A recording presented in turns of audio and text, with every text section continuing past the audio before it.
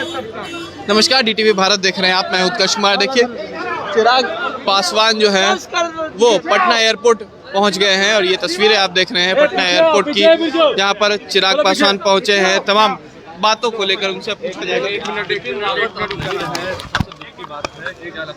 चिराग जी, यकीनन कल जिस तरीके से ये घटना घटी है, ये अपने में काफ़ी दुखी और विचलित करने वाली ये घटना है। जिस तरीके से कल उनका चॉपर क्रैश हुआ, पर मुझे लगता है कहीं ना कहीं इसकी सघन जांच भी होनी चाहिए कि देश को जो एक इतनी बड़ी क्षति हुई, इतनी बड़ी हानि हुई। पहले सीडीएस को हम लोगों ने खोया। मुझे लगता है शायद इतिहास में कोई पहली ऐसी घटना होगी कि इतने बड़े पद पर कोई व्यक्ति हो और उसकी ऐसे हादसे में उनकी मृत्यु हो, जबकि सारे प्रोटोकॉल्स इस बात को सुनिश्चित करने के लिए होते हैं कि भैया कोई व्यक्ति जो इतने बड़े पद पर हो, कोई अप्रिय घटना ऐसी नहीं घटनी चाहिए।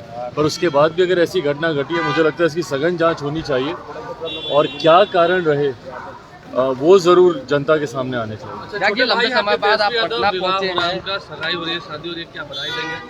बिल्कुल ढेर सारी शुभकामनाएं उनके। वो एक गृहस्थ जीवन में एक नई पारी की शुरुआत कर रहे हैं और मैंने हमेशा कहा है कि तेजस्वी मेरे छोटे भाई हैं और जब छोटे भाई की शादी हो रही है तो यकीनन ये खुशियां घर में ही आ रही हैं। उसके लिए उनको, उनके पूरे परिवार को बधाई। बिहार सरकार बिहार क्या लगता है, धर्म जात पात और धर्म भेद जो है सब मिटाकर आगे बढ़ने का नया युग? नहीं, देखिए, मैं ईमानदारी से मैं नहीं मानता। मैं हर बार मैं इस बात को मैं खुद भी मैं कहता हूँ कि जात पात धर्म मज़हब में मैं विश्वास नहीं रखता हूँ। और ख़ास तौर पर जब ऐसे फैसले होते हैं, ये बहुत ही निजी और व्यक्तिगत फैसले हैं। इधर देखिए, इसमें जात पात धर्म मजहब से जोड़कर इन फैसलों को कतई नहीं देखा। लंबे समय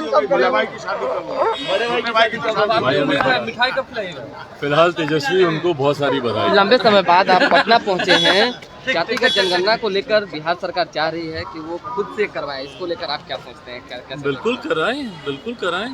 बल्कि हम लोग तो चाहते हैं पूरी तरीके से। भाई, जब केंद्र में भी जब ये विषय चल रहा था, उस वक्त भी हम लोगों ने समर्थन किया था कि जातीय के आधार पर जनगणना होनी चाहिए। इसके कारण है, बार बार मैं इस बात को कहता हूँ, क्योंकि नीतियाँ बनाई जाती हैं, योजनाएं बनाई जाती हैं जाति के आधार पर।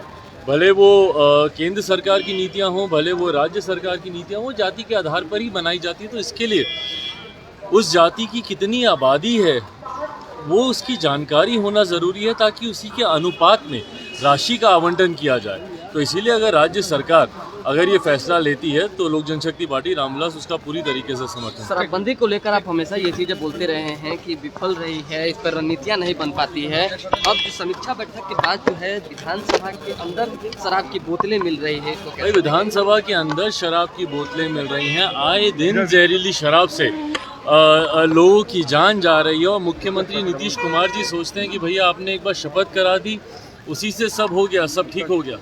हकीकत है कि जब तक आप कानून को धरातल पर उतारने के लिए ईमानदार नीयत के साथ आप प्रयास नहीं करेंगे, सिर्फ कानून बनाने से ये कार्य सफल नहीं होने वाले। और यही कारण है कि भैया आज 5 साल होने को आए हैं, पर शराबबंदी कानून पूरी तरीके से बिहार में विफल रहा है। और ये बात निरंतरता में हम लोग उठाते रहे कि कोई एक ऐसा मापदंड बता दीजिए ना जिसपे नीतीश कुमार जी की सरकार सफल रही हो।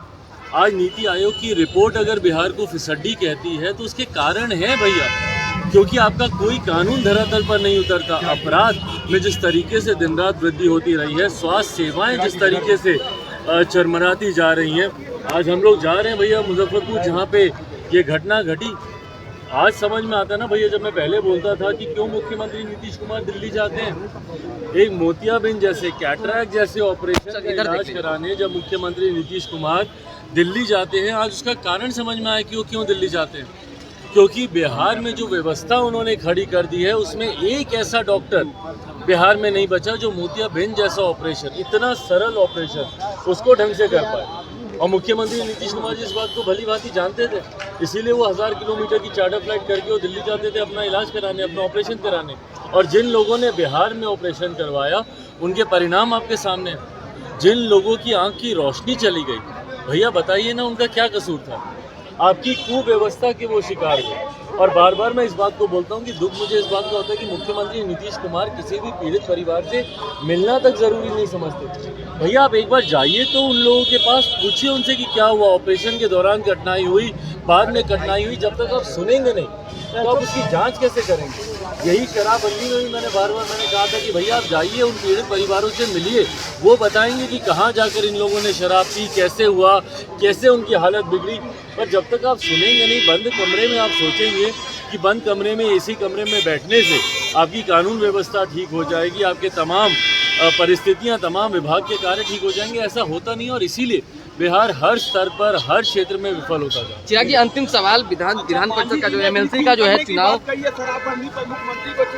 जो है, देखिए मैं उसको रीथिंक करने का मैं समर्थन नहीं करता हूँ। हम लोग मानते हैं कि भैया शराबबंदी कानून, खास तौर पर बिहार जैसा राज्य जहाँ पे शिक्षा का इतना अभाव है, जहाँ पे लोगों को जानकारी नहीं है कि ऐसे नशीले पदार्थ के क्या नुकसान हो सकते हैं, तो मैं मानता हूँ कि बिहार जैसे राज्य में खास तौर पर शराबबंदी लागू रहनी चाहिए।